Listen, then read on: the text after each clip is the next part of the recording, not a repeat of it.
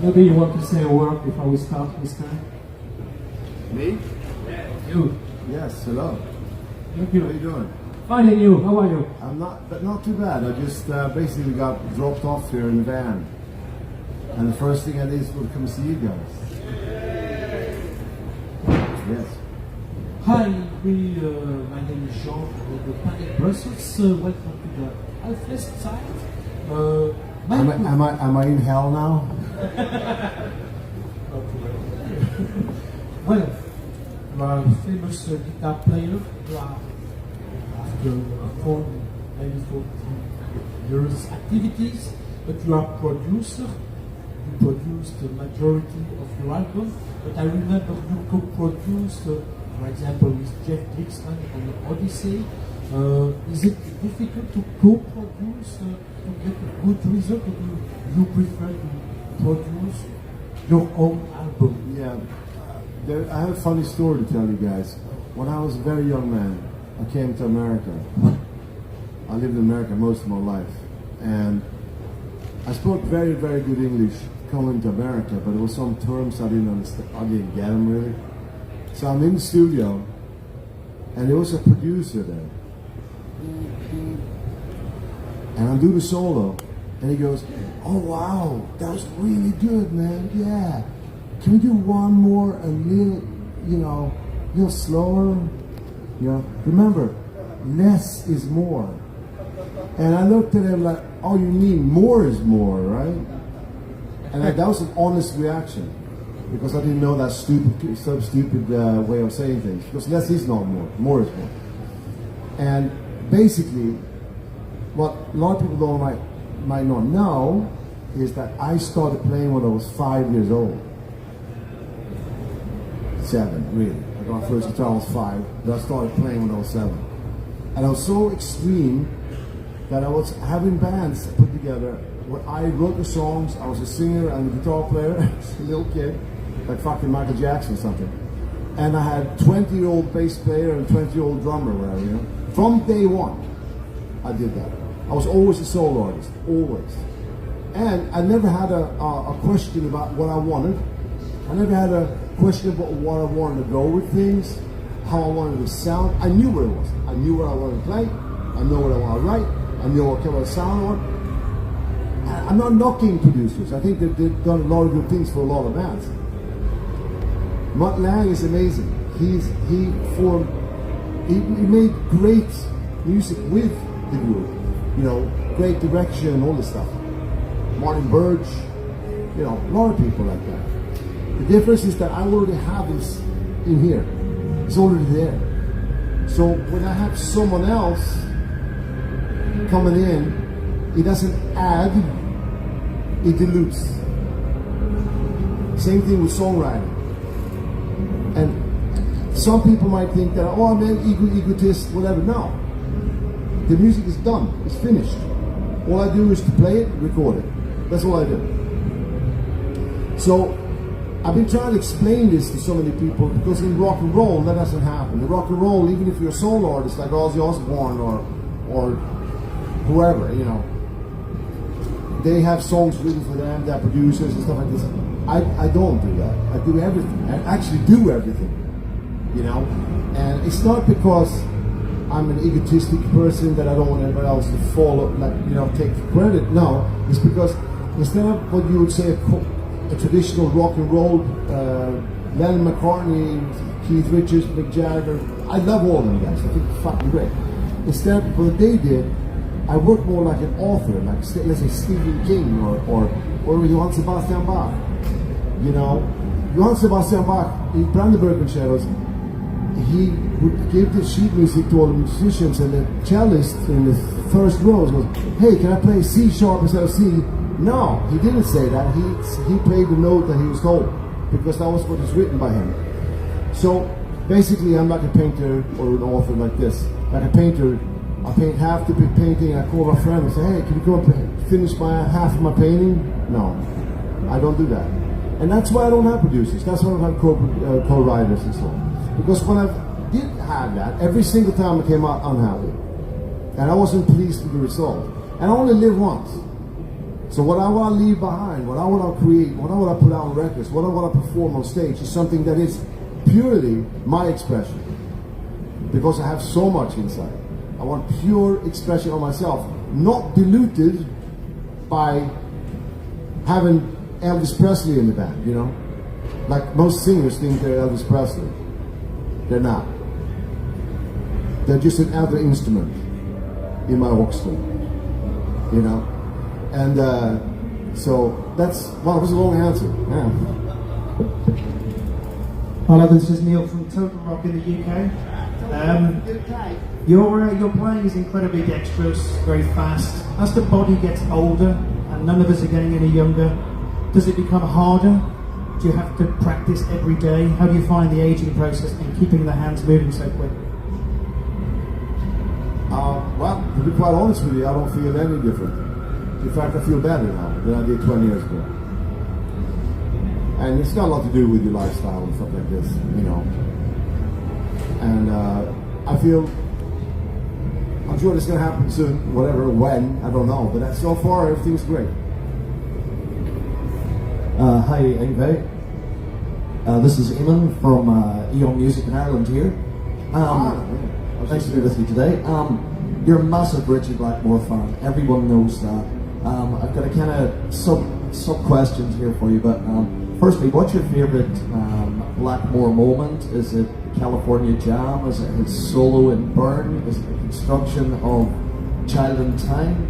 And also, people know that you were approached by Ozzy, you were approached by Kiss. Did Deep Purple ever make any advances to whenever Richie was out of band for you? Okay, this is going to be a long answer. Good. Okay. Take this any way you like. But when I grew up in Sweden, it was a communist hellhole. There was no outlet for any sort of music or art except what they decided you're going to see. 2 TV channels, completely state-run by the government, right? State-run radio. So the only way you get music is from somebody like in your school or somebody like that, you know. And I remember when I was a little kid, well, what I'm trying to say is, when I was 7 years old, I saw Hendrix on TV. I didn't know who he was, I just saw him smashing up the guitar and I said, fuck, that's cool. And I had a guitar already, so I started playing the guitar. My mother had a lot of records. One of them was John Mayall and the Blues Breakers. I didn't know that was Eric Clapton, but I fucking loved it. I was 7 years old, and I thought it was the coolest thing I ever heard. My older siblings, my uncle, my mother, father, everybody classical musicians. Classical music and opera is all I'm fucking here. So when I hear that bluesy stuff, I loved it, right? Now, I didn't hear Black Sabbath. I didn't hear Led Zeppelin. I didn't hear any fucking thing. But on my 8th birthday, I got Deep Purple Fireball. Which, by the way, everybody should check out. It's the first fucking song ever recorded with double bass drum. First one, not anyone else. That's the first one. That's the first thing I hear when I'm 8 years old. Now, I didn't have anything to compare that to. Oh, I like this better than Led Zeppelin, or I like Led Zeppelin. No, that was the only thing I heard. Nothing else. And the next thing I heard was Made in Japan. So, when I was 8 years old, that's all I heard. By the time I was 9 years old, I could play every note on Made in Japan, note for note, everything. I was a little freak, right? Because, like I said before, Sweden was a fucking hellhole with nothing else to do. So, not all I did was play guitar all day long. That's all I fucking did. As a little kid, didn't go to school, nothing. Had straight A's anyway, believe it or not. Yes.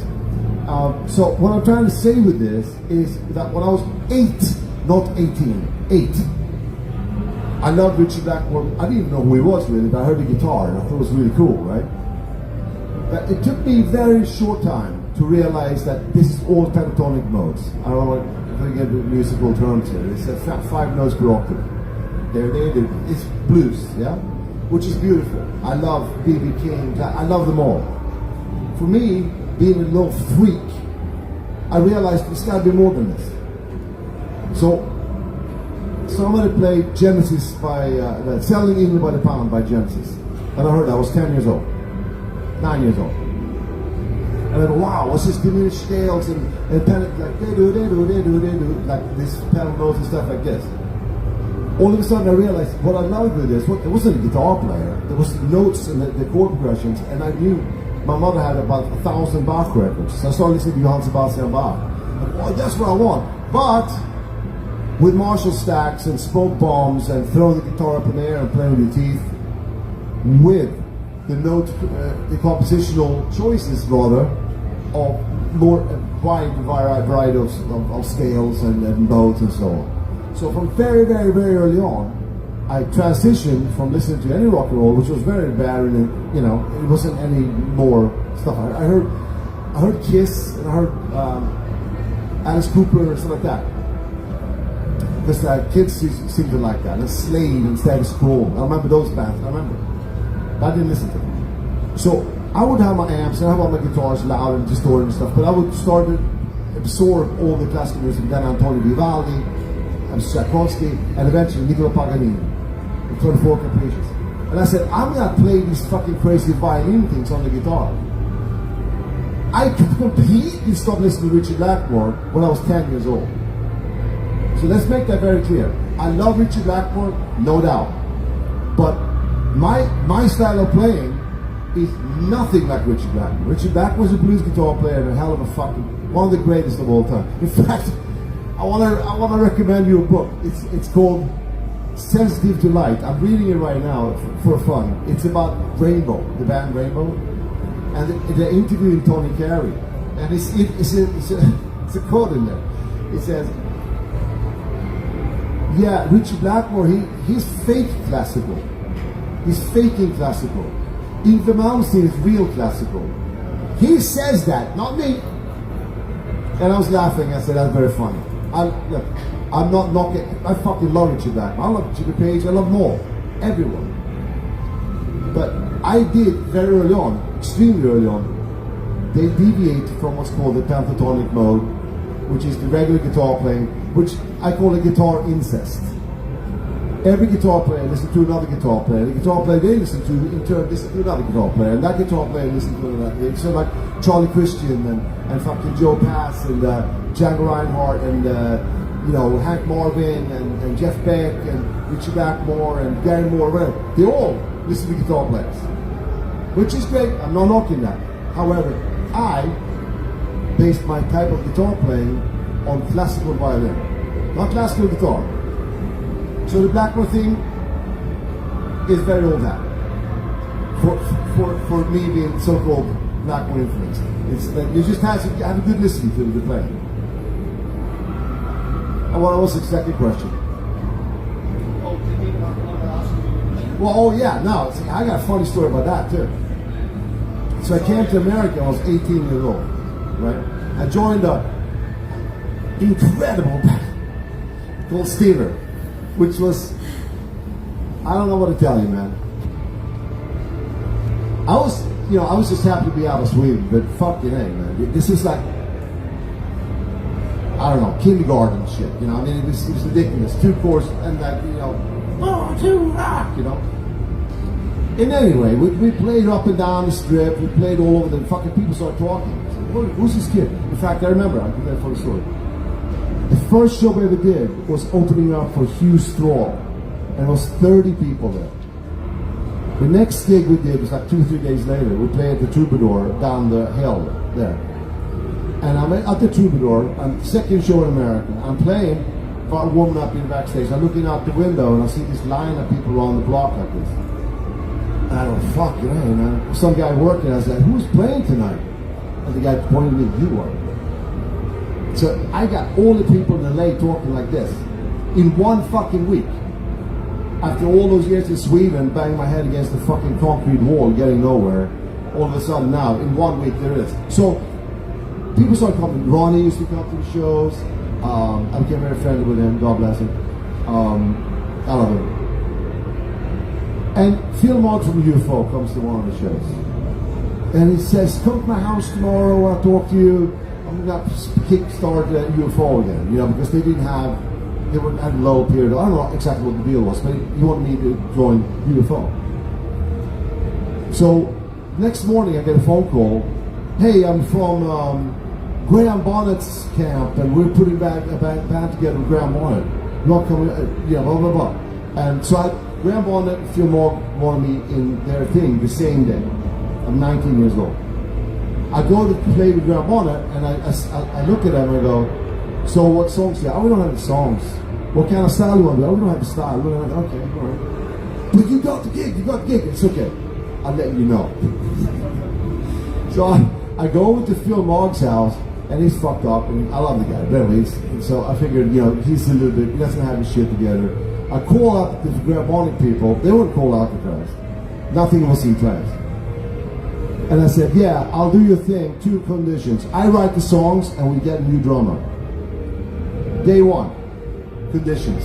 And I was just a fucking kid and he was this big time guy. So, that's how I've been rolling all my life. So I wrote all the music and I decided which drummer we're going to have. They want to feel, who was the guy from Iron Maiden? Kai Burr. Yeah, he was a sweetheart. He was a great guy, but he wasn't the right guy. So we got the guy from Alice Cooper, and they said, no, we don't want him, we want Kai Burr, he's famous. I said, yeah, but he doesn't fit into the music, he doesn't have 2 bass strings. So they said, no, we want Kai Burr. I go, okay, good luck, see you. So then, no. So I've always been like that, I've always been very, like this. Call it difficult, call it whatever you want. I know what I want. I know what I'm going for, and I don't need someone to tell me what to do. And I'm still here 40 years later. More. We can talk about that. Right. Okay, guys, last question over here. You from the name of your friends. Thanks a lot for your music contribution.